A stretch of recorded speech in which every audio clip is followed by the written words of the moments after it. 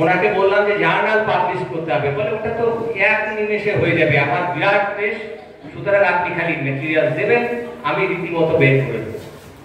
কিন্তু যেটা বের করলেন, ওনার তো চোখ কান মাথা সবই খোলা ছিল, বললাম একটু দেখে দেখে করবে। কিন্তু যে গালটা খেয়েছিলাম পাবলিশ হওয়ার পরে, তিনি হচ্ছে জেরাল্ডিন ফোর্বস, ওনার লেখা বেরিয়েছিল প্রথম ভলিউমে 21st সেঞ্চুরি উইমেনদের উপরে।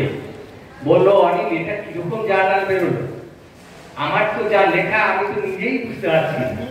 আমি বললাম কেন, কি হয়েছে? আমি কিন্তু অতটা ফুটিয়ে দেখিনি, আনন্দ একটা ছিল প্রথম পাবলিশ হয়েছে। বলে আরে ওয়ার্ড তো কিছুই বুঝতে পারছি না, জ্ঞান রব একসাথে জুড়ে গেছে, সব ওয়ার্ড জুড়ে গেছে, তাই নাকি? তারপরে আমি দেখতে গিয়ে সত্যি দেখলাম যে যে বক্তব্য ওনার ছিল সেই বক্তব্যের মানেটাই চেঞ্জ হয়ে গেছে।